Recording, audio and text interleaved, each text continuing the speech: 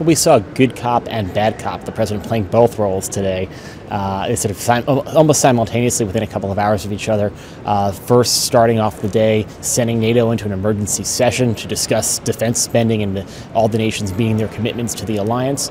Only hours later, the president walked out, gave an impromptu press conference, and said things were just hunky-dory, everything was going great.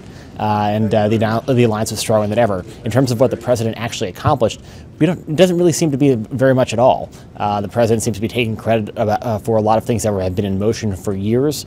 NATO allies increasing their defense spending has been something that's been in the process since 2014, the Wales Declaration, when NATO allies committed to move towards spending 2% of their GDP on defense spending, and that has been steadily increasing over the last several years. The president has sort of been, like other presidents, U.S. presidents over the years, has criticized NATO allies for not contributing enough to their own defense, not moving, that the United States is bearing too much of that burden.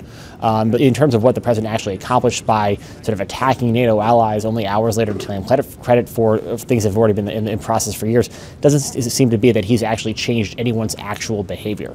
Well, we've seen French President Emmanuel Macron come out and say that nothing was agreed to in the last 24 hours other than agreeing to follow through on the commitments that have been in place for 4 years already. German Chancellor Angela Merkel came out not long thereafter and basically said pretty much the same thing, that Germany was increasing its defense spending, but in line with its commitments that it made back in 2014 because of its own self-interest, and that nothing the president said really changed anyone's behavior. That seems to be the real top line here, the president taking credit for things that have already been in the pipeline in order to claim a victory back home, that he had somehow rebalanced the alliance.